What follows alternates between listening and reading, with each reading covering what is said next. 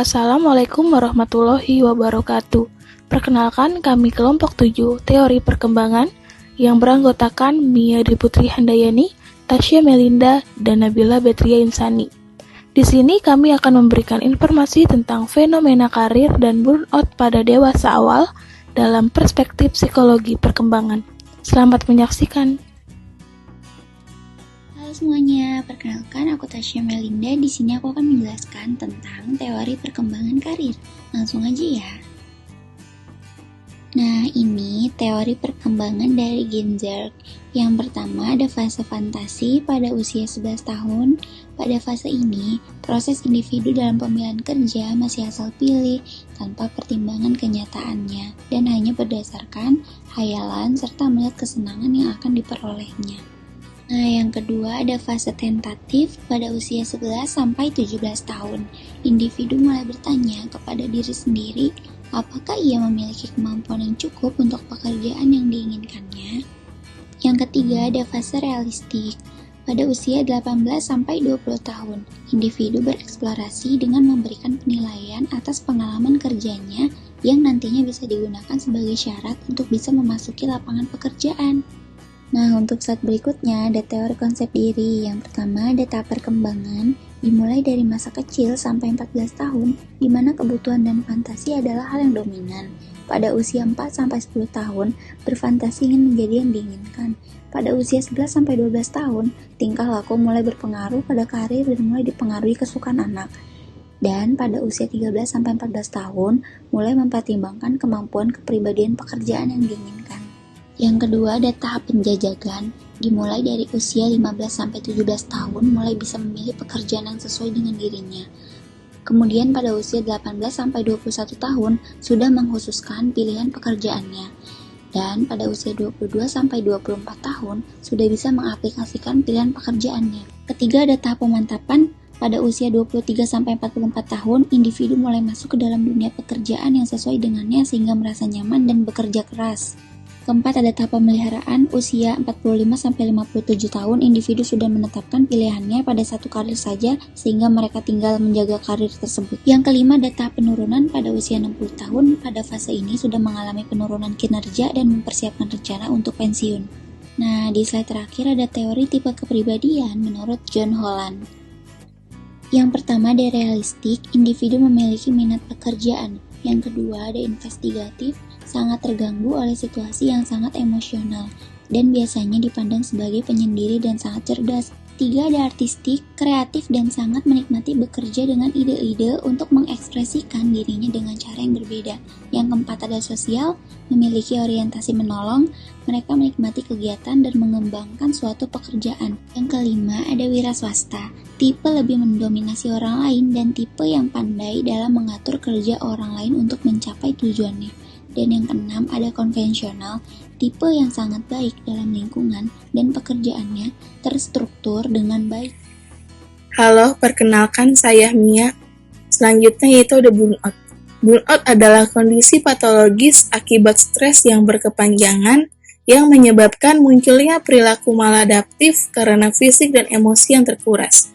Selain itu, burnout juga dapat memunculkan hilangnya motivasi dan merasa tidak kompeten serta produktivitas dan pencapaian yang menurun. Ada beberapa gejala burnout. Yang pertama yaitu kelelahan fisik, yang kedua kelelahan emosional, ketiga kelelahan mental, dan yang terakhir ada feeling of low personal accomplishment, berperasaan bahwa dirinya memiliki kemampuan kerja yang rendah. Selanjutnya yaitu ada penelitian tentang burnout. Fakultas Psikologi UIN Syarif Hidayatullah telah melakukan penelitian tentang pengaruh work-family conflict dan faktor demografik terhadap burnout. Penelitian ini dilakukan di sekolah swasta di Jakarta, mulai dari SD, SMP, hingga SMA, sebanyak 293 orang dan guru jika memenuhi kriteria. Penelitian ini menggunakan 3 skala baku yang telah diadaptasi, yaitu skala burnout, skala work-family conflict, dan skala self-efficacy.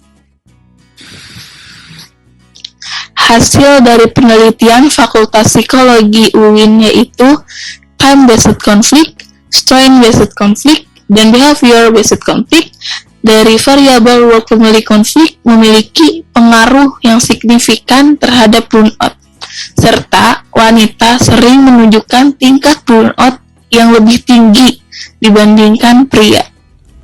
Halo, aku Nabila yang akan menjelaskan materi selanjutnya. Materi selanjutnya adalah dampak dari fenomena karir dan burnout pada dewasa awal. Yang pertama adalah motivasi menurun. Motivasi akan menurun sehingga seseorang yang mengerjakan pekerjaannya hanya dianggap sebagai kebiasaan saja dan selalu bekerja di bawah rata-rata kemampuannya. Yang kedua yaitu ketidakpuasan kerja. Ketidakpuasan kerja apabila para pekerja mengungkapkan keluhannya dan memperoleh reputasi sebagai sumber dari kegaduhan yang dibawa oleh pekerja satu ke pekerja yang lainnya. Yang ketiga ada pengangguran.